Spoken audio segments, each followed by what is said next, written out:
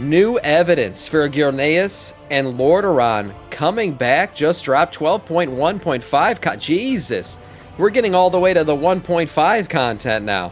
So you guys know how I feel about Lordaeron. I would love to see Lordaeron rebuilt in some way, shape, or form. We just had a rebuild of Silvermoon, right? Literally, they built that thing up from the ground up. There's no reflection of old Silvermoon in there unless you're in the Horde territory, and even that they had to rebuild from the ground up. So clearly, Blizzard has the capability.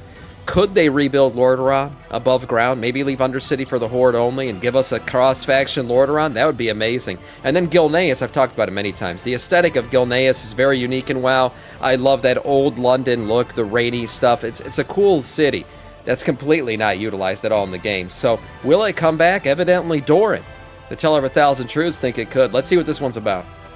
Return to Gilneas, Lordaeron / Undercity just got a whole bunch of new evidence with 12.0.5. So, seeing that 12.1 is likely the Troll Isle in Zul'Aman, we realistically only have 1 or 2 new zones for a major patch in this expansion, and there is not a single area that got more foreshadowing and revamps over the years than Gilneas and Undercity. We just discovered in 12.0.5 a bunch of new Gilneas-like textures, a bunch of new Gilneas horse models, and all that is on top of huge foreshadowing with the undead, the interviews talking about... Do you guys remember, this was a long time ago, we started to see, and this was a Doran video too, people say this man always misses, sometimes he doesn't, okay? He started talking about Silvermoon assets being uploaded to the game, like all these Silvermoon assets on the dev servers, and he was like, what's going on with all the Silvermoon textures and stuff? Are they rebuilding Silvermoon? Is there going to be a Silvermoon revamp? And this was like probably a year ahead of them even announcing the War Within. Like, we started to see this shit happening. And we were in the War Within, and we kept bringing this stuff, and then bam, we find out they are, in fact, rebuilding Silvermoon. So there is something to be said for when we start to see new textures and shit for a city, like he's talked about Gilneas, that oftentimes it does lead to the fact that, yeah, there's a revamp. Something's coming to the city. So this would be great. It's a good hint. The return of Sylvanas, the Forsaken, the achievement that heavily foreshadowed the return to Undercity. So what is all this new evidence, and what is everything we currently know? How realistic is that we will get the big return to Lordaeron and Gilneas in midnight? So broken clock is right twice a day. Having games just all over the place. WoW on Battle.net, Witcher on Give GOG, the man some and credit. a bunch of others on Steam. Well, PlayTracker.net is the perfect free solution to this as an amazing integration tool. But it's not just that. You can not only organize everything in one single unified profile, but you got unified achievements, all the playtime in one place. You can connect with friends cross-platform, and also a really cool quest and leveling system where you gain XP and levels to unlock a whole bunch of cool features. So connect all the profiles right now with my link in the description below with PlayTracker.net. J-Mal says, I don't think these assets are for midnight. Maybe not. They could not be, but certainly they're for something. I don't think they upload a bunch of assets just so they can put them in a city that nobody goes to. So this entire discussion of Lordaeron being relevant in Gilneas has been something I've actually been talking about for years if you guys followed my channel, and it has been obvious Blizzard has been setting this up heavily. However, as time goes by, we just get more and more evidence, and right now we are already in the 12.0.5 PTR. 12.1 is coming out in a few months. The last Titan will be announced soon as well, so we kind of have a general direction where things are actually going. One thing that is certain is that the Amani Island off the coast of Zul'Aman is likely to be major patch content. I mean, we got PTR for 12.0.5. We already know... At this point, I'd be willing to put money on it. Yeah, the 12.1 patch is definitely going to be that island off the coast of Zul'Aman. It's going to be all these Amani troll freaking lore and shit, and we're going to have a raid over there and everything, and I think that's cool. It's going to be a cool patch. What's most likely going on, I'm down for that lore. It's not the Isle. I mean, seeing how big the Isle is, all the foreshadowing, it's likely that the first major patch is going to lead us to just expanded Zul'Aman, this possible Felon involvement, and such. This means that realistically, we only really have 1 or 2 more bigger zones coming in this expansion. One potentially involving Lordaeron, and the other Silithus that could be the transition to the last Titan. But we're going to talk about the sword? Easily be like pre-patch. Imagine that. We finally get some sword lore in this expansion. For the last Titan. It's hilarious because Blizzard said, like, the literal freaking cinematic to kick off the World Soul Saga is Anduin and Thrall sitting in the desert and Silithus talking about the sword. And, like, they're all like, oh, we're finally going to talk about the sword. We literally go through the entirety of the War Within. I don't even know if we mentioned the sword once. And here we are now in midnight. What the fuck's still nothing about the sword. Blizzard's having a hard time with this thing. As well. So, in regards to Lordaeron and talk Gilneas, about it the topic eventually, of I this guess. video, there's so many hints going on that it's really even hard to list them because I don't even know where to start. First is the fact that the midnight loading screen literally shows the Plaguelands and Lordaeron on the artwork. I mean, if the focus of the expansion was just Requotalas, they would literally show it the other way around. I mean, Lordaeron wouldn't be the centerpiece. Another even more important hint, and as I said, there have been bigger and smaller ones, but we've had interviews from Blizzard saying that we can expect the Forsaken to be involved in this expansion. Not on the same level, the same size as the Elves with like a complete remaster, but we can expect to actually see them in Midnight. I want a complete Then, remaster. if you observe the promotional material for Midnight, literally only one animation is showing Xal'atath and the Void. The rest are literally just focusing on Lordaeron, Arthas, Undead, destruction of Dalaran and such. Seemed really like a big Man, that was throwback cool. to Warcraft 3 with like a tie-in for Midnight and what is about to happen soon with the Void invasion and all the light stuff. After that, we got the literal introduction questline for Midnight. We have Arator going into the Plaguelands, and then we've had some Scourge activity there. Then they patched up the zones around Stratholme, the Thalassian Pass, they added some zones to Qualteras, and most recently we discovered that the Scourge is literally launching attacks directly into Qualteras right now in Midnight. However, this is literally just the start of evidence. Then we got the big hints for Forsaken Paladins being relevant with those light horses Datamined, some quest lines. Forsaken Paladins got to be one of the most requested race class combos in the game. They got to do it, man. And Alonzo's Foul right here on the screen gave us a ton of Paladin lore, talking about how he was part of some of the creation of the first Paladins, right? Alonzo's is a priest, and evidently, like, there were only priests. Like, the only way to practice the light early in WoW lore was just priesthood. That was it. You were a priest and you practiced lighthood. The Paladin side of things came later. As he said, they covered themselves in plate armor, used the light in more of a violent retribution type of way, and insert, there we go, Paladins have now been formed. And the first, Paladin Council and the Silver Hand and all that shit started to happen. So, yeah, there's a lot of Paladin lore, a lot of light lore. This would be a good time to give us undead Paladins, for sure. Recent involvement of Alonzo's And Night Elf Foul. Paladins. I think Night Elf Paladins have been one, too, certainly with the moonlight and all that other shit going on that people have talked about that for sure. And undead that literally invented human paladins. Gnome like this Paladins? guy Jesus created the Christ, Paladin no. Order, and it probably means that his storyline will soon be very relevant.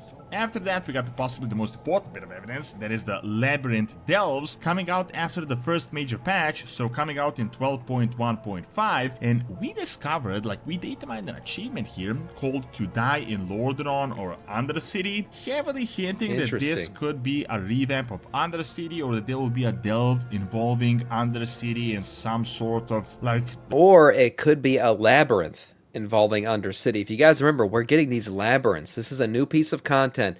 Blizzard's been really quiet on it ever since they announced it, but it's supposed to be like a week-long lockout where it's a delve with multiple wings. It's going to take you a while to get through it. You go through each wing like on a daily basis, and you get through it all, and eventually you clear the whole thing. This thing could be based in Undercity. Who knows? Maybe that's where that achievement's coming from, is there's going to be this Undercity labyrinth that we do. Reclamation or revamp going on in this entire area. However, when it comes to Gilneas, the evidence just keeps piling up, as right now, just a couple days back in the 12.0.5 Datamine, we discovered a bunch of trading post items, brand new Gilneas horses. Damn, that's a really cool... Oh my god, these are badass looking horses. Zone being relevant. Now, I want to note that I've been talking about this for years, and these are definitely Gilneas bait. Look at the animal traps on the side. I mean, clearly, they're still dealing with rogue worgans going around, and then the scratches on the back and the eyes. Damn, these are really good looking horses. I would definitely buy these off the trading post. Shit. Into this entire zone being relevant. Now, I want to note that I've been talking about this for years, and the reason that I've been talking about this because they have been setting this zone pretty much since the Shadowlands. This entire area from Gilneas to Undercity, and they have also connected the two. It first started with clearing out Undercity, and then we had Kalia hinted that she will talk with the Forsaken to eventually leave Gilneas. She will start this process to return it to the Alliance. A few years later, literally that exact scenario happened, and we have to be fair, I mean, a completely underwhelming Gilneas questline happened, but the Alliance did Yeah. get their major kingdom returned to them. But the reason this felt so underwhelming is because realistically this is a really big deal, but it was played off like some minor side quest. Around the same time, we also got the big new identity for the Forsaken, the reclamation of Lordaeron, and the never-ending Scarlet Crusade attack, which, by the way, I have no idea where these guys even keep coming from, but I digress. Both of these quests of the Forsaken and Gilneas have been left completely open-ended, and I've been talking for a while now that this really seems like a setup for something that is soon to happen, like some big culmination. Lore-wise, they did set up most of the ground, and it's honestly just a matter of time of finishing the storyline. If you follow the recent interviews from just a few months back, the previous few months, they've talked about revamping most of Azeroth, a lot of other zones, but most importantly, they talked about revamping stuff during Midnight. They did mention something along the lines of, like, don't expect like a completely... I mean, I think Blizzard proved they can revamp zones and they turn out great. I really think that what they did with Silvermoon and everything around Eversong Woods, all that stuff, they did such a good job. They proved that, like, what happened in Cataclysm and why people didn't like it and the changes they made to the zones, yeah, that was extreme because they literally broke zones apart, like memories gone forever kind of shit. And the way they did it now is like, no, it's still very much recognizable from the old zones, but it's brought up to modern fidelity. I love what they did. And if they continue to do this across Azeroth, man, we're going to have a great looking game in a couple years. Of, like, don't expect like a completely new zone like Qualtalas, but we could expect localized type revamps within Midnight. This could mean that maybe Gilneas gets revamped and some surrounding areas in Undercity, but we probably won't get the entire area rebuilt, re-envisioned, I hope we get enlarged, it or rebuilt, anything like that. And honestly, that is completely realistic. I mean, if you remember, Undercity, like the upper city portion. If they do rebuild Lordaeron and I don't see rose petals falling in this, I will be very sad. Okay, I want this hall right here, leading up to the throne room, with rose petals falling, because I want to RP walk the Arthas walk. I'm selfish, actually revamped but I need a while back. Then the plague, and then the clearing happened. But more areas have received these types of localized revamps over the years, like the Arati Highlands, which I think might as well be relevant soon. Now, something that is interesting is that these Datamined horses, 2 of the 4 horses that were discovered, are called Gilneas Loyalist Roundsea and Pyrewood Rebel Roundsea. Seeing that we actually hit the rebellion not that long ago, and that Pyrewood is a village that was on one side, it could just be a throwback to that, but we could also be looking at maybe some new type of rebellion with something going on. You hear the Gilneas music in the background. I think Gilneas is so cool. It's got such a unique look and music and aesthetic. There's nothing else like this in WoW.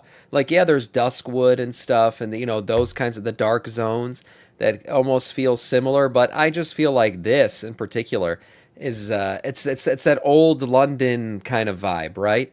And I like it a lot. I think, man, if they gave us a patch like this, like in October time, where I'm all fucking cozy in my house and the leaves are turning orange outside and I'm playing through Gilneas content, man, that would be some peak aesthetic right there. Gilneas once again, maybe some change of leadership, or I don't know, maybe some sort of factions. Now, give me some pumpkin just spice. A coincidence. These are just random themed mounts for the trading post. There's nothing deeper than that, but you gotta see this other evidence as well. So a few days back, they also datamined some really interesting new textures that seem to be coming soon some roof as well. textures And there, these textures no doubt have Gilnean roofs, very similar to what we had seen back in Cataclysm. Now, again, everything could be a coincidence, but if you got like 15 different things going on at once and piling up, I think he's onto something. Be something to it. I honestly think a big reason why the entire Gilneas reclamation storyline was so anticlimactic. They got that fucking broken door too in the front, like Silvermoon, right? Had the freaking broken entrance. Same with Gilneas. They got to rebuild that wall. Right, rebuild the wall, get the immigrants out. Come on. Storyline was so anticlimactic. There's definitely rebuilding that could happen in Gilneas. Was added other than a few cinematics, and in the same extent, the Forsaken questline wasn't that crazy either. Could really be explained why this. I mean, it's very much possible that. Oh, Tech Tim, don't tell me that. Tech Tim might be right. This could just be texture for like a Gilneas housing package for the housing shit in the game. Oh fuck. Oh, damn, I'll just close the video out. We're done. This is a fucking housing thing. $40 package coming to the WoW store. Yeah, oh, man. Why? Couldn't you hold that in? Couldn't you just keep that to yourself? I was all excited. Oh, no. Oh, no. He might be right. Okay, well let's pretend like housing doesn't exist, and this is still a chance that we're gonna get a Gilneas stream. Look, we have the mounts though. Okay, so there are the mounts. There is a chance still that there's more to this. Fuck, could be a housing thing. This was essentially just a setup for Midnight for what is to come, like setting the ground in the minor patches across multiple I'm so expansions, disappointed. so that it all leads out into what could potentially be 12.1.5 or 12.2 and something It's gonna much be, bigger. that's right, it's not gonna be $40. It's gonna be 400 Hearthsteel because we gotta have a fucking conversion of currency. Shit. Ah, shit. This whole video is about Hearthsteel now.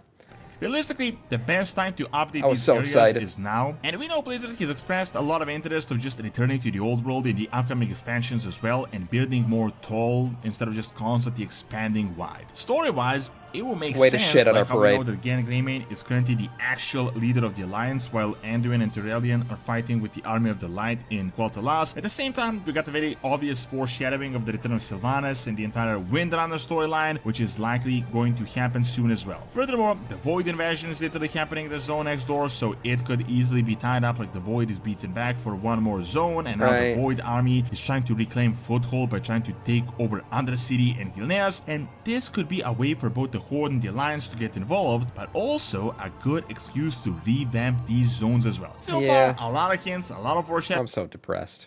I'm so depressed over that comment. I mean, look, there's lore tie-ins too. I mean, we've had some, like he said, Doran's saying, we've had some quest tie-ins with undead shit and the scourge and all that. So, look, I'm trying to convince myself. Okay, I'm trying here. I really am. Over the years, and we're going to know what is going on for certain in just a few months.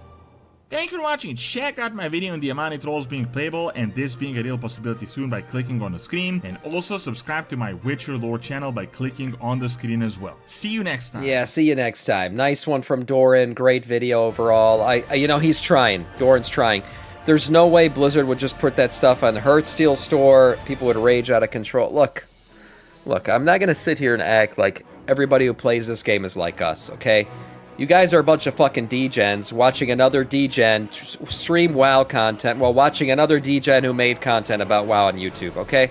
At the end of the day, we are not the real core audience of WoW. The majority of WoW players are just regular Andes with 9-to-5 jobs who just fucking play this game, and they don't even watch WoW content half the time. Just log in, they play, and they log out. So, and a lot of them do participate in these online stores. They're not raging about it. They just think it's part of the game. So I don't think, no, you'd see a mass base of people uninstall the game if they put Gilneas stuff on the Hearthsteel store. They'll probably do a combination of it. They'd put some on the Hearthsteel, some in the game, some on the trading post. There'd be a bunch of places where you can get this shit. But, look, I'm just going to ignore that comment, pretend like it didn't happen, and be really excited for the Gilneas and Lordaeron revamps coming. Okay? We'll leave it at that. Nice video from Doran.